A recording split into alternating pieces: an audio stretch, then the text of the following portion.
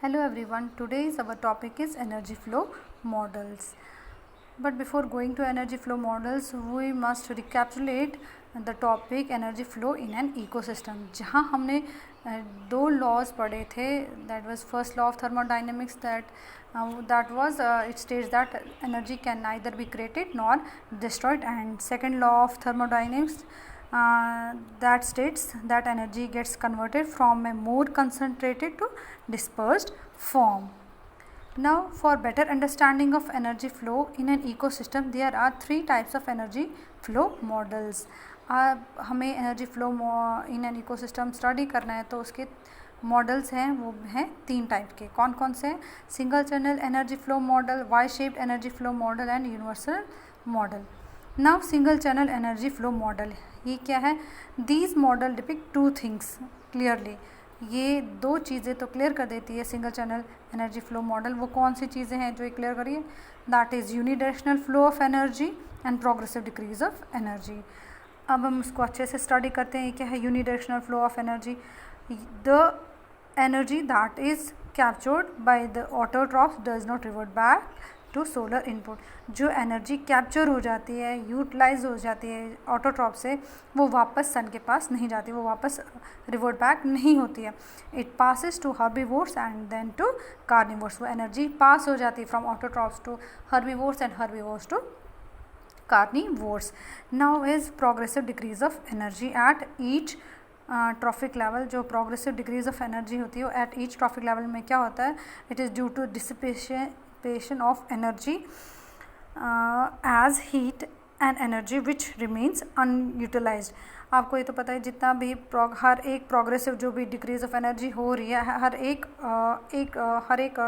Trophic level पे, वो किसकी वजह से? Dissipation of energy. जो किस फॉर्म में डिसिपेट हो रही है? In the form of heat and energy which remains unutilised. Hence, shorter the food chain, greater would be the available food energy. As with an increase in the length of the food chain, there is corresponding more loss of energy. इसमें इसका मतलब बता रहे हैं जितनी छोटी हमारी food chain होगी उतनी ज़्यादा एनर्जी हमें मिलेगी. ठीक है ना? फूड एनर्जी उतनी ज़्यादा मिलेगी. जितनी ज़्यादा हमारी लंबी फूड चेन होगी उतनी कम एनर्जी हमें मिलेगी, यानी कि उसमें क्या होगा? लॉस ऑफ एनर्जी ज़्यादा होगा. इसमें यही बताया क्योंकि ये बताया हुआ है कि due to dissipation of energy वो एनर्जी मूव आउट हो रही है. ठीक है ना? लॉस हो रही है. अब इसको हम जो सिंगल चैनल फ्लो मॉडल को हमने डायग्रामेटिक रिप्रेजेंटेशन से हम स्टडी करते हैं. मैं आपको डायग्राम दिखाती हूँ. हाँ, ये हमारी डायग्राम है. Simplified energy flow diagram depicting three trophic levels in a linear food chain. एक लीनियर फूड चेन के ये दिखाई है एनर्जी फ्लो डायग्राम. इसमें ट्रॉफिक लेवल्स हैं हमारे. 1 हो गया green plants, number 2 is herbivores, number 3 is carnivores. और जो ग्रीन प्लांट्स हैं वो किस में आ रहे हैं? प्रोड्यूसर्स हैं. बाकी हर्बीवोर्स और जो ये कार्निवोर्स वो आ रहे हैं कंज्यूमर्स में.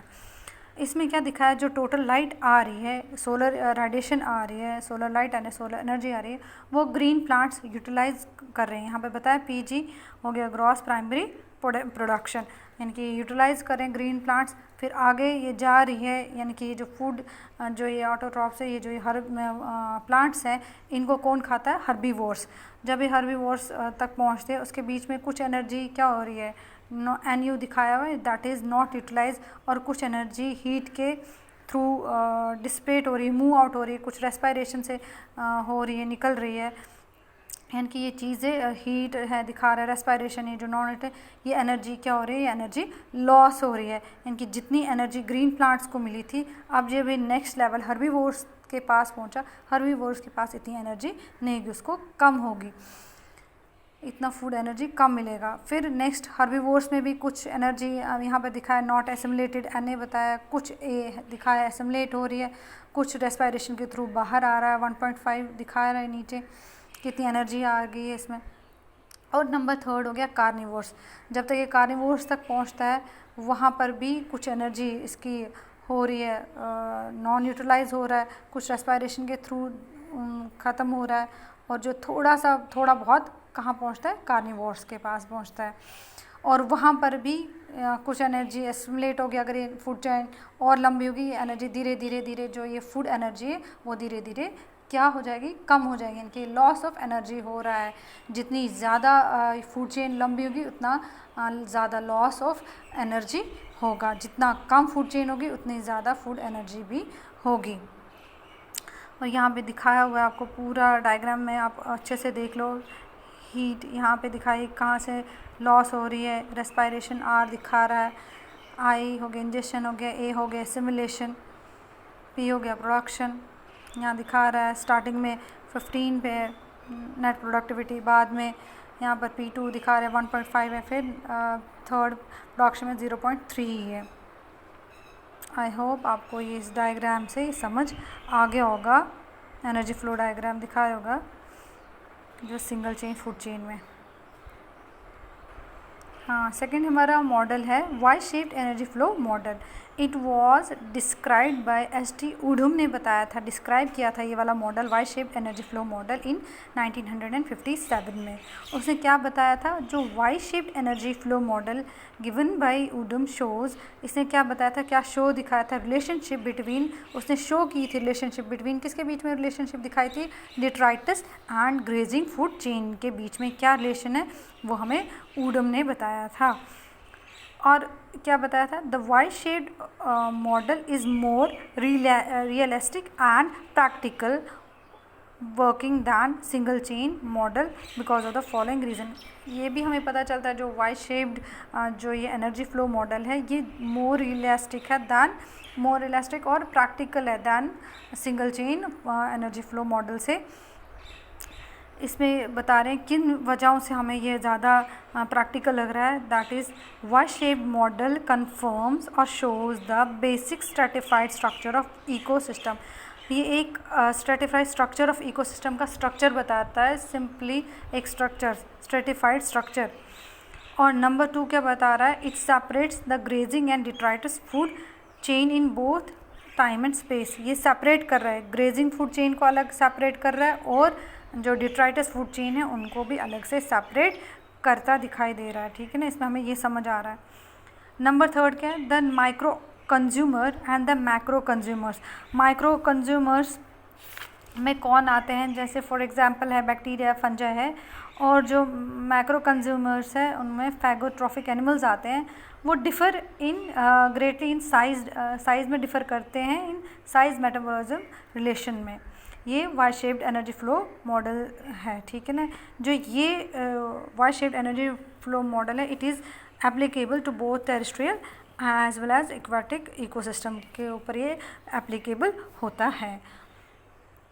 अब हम इसका डायग्राम देखेंगे और उसी डायग्राम से हमें अच्छे से पूरा समझ आएगा क्या रिलेशनशिप है एक ग्रेजिंग फूड चेन और डिट्राइटस फूड चेन का।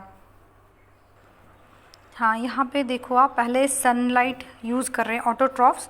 ऑटोट्रॉफ से कौन यहाँ पे बताया, ऊपर एक ऊपर साइड से मैं दिखाया है हर्बीवोर्स भी हैं और नीचे डिट्राइटस कंज्यूमर्स।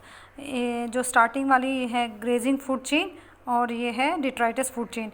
ये है ऑटोट्रॉफ्स और सनलाइट का यूज़ कर रहे हैं, ऑटोट्रॉफ्स प्लांट्स यूज़ कर रहे हैं सनलाइट, और फिर ये जो ये प्लांट्स उनको कौन खा रहे हैं, हर्बीवोर्स, और हर्बीवोर्स को कौन खाता है लास्ट में, प्रीडेटर्स। ठीक है ना, इसको बताते हैं ग्रेजिंग फूड चेन।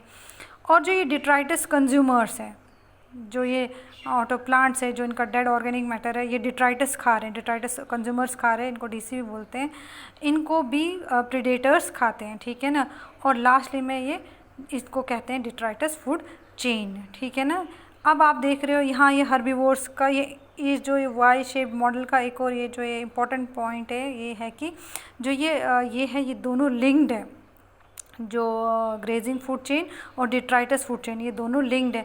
यहाँ पे दिखा रहे हैं जो हर्बीवोर्स है इनको प्रीडेटर भी खा रहे हैं, यहाँ पे डिट्राइटस जो कंज्यूम उनको यहाँ से प्रीडेटर भी खा रहे हैं। इनकी ये दोनों का जो ये रिलेशनशिप है ये क्या है, ये लिंक्ड है एक दूसरे से। एट अ टाइम ये इनको डिफ़र भी करता है बहुत in time and space, but they are also linked. ठीक है ना, ये है the Y shaped energy flow model showing linkage between the grazing and detritus food chain. मुझे लगता है आपको ये डायग्राम समझ आ गई होगी। नाउ अब हम पढ़ेंगे next universal model of energy flow. अब हम पढ़ेंगे third one, that is universal model of energy flow. इसका क्या मतलब है, It is applicable to any living component, whether a plant, animal, microorganism or individual population or trophic group. कहते हैं ये जो ये मॉडल ऑफ एनर्जी फ्लो है, बोलते हैं ये हर एक इंडिविजुअल, हर एक ऑर्गेनिज्म, लिविंग ऑर्गेनिज्म पे ये अप्लाई होता है.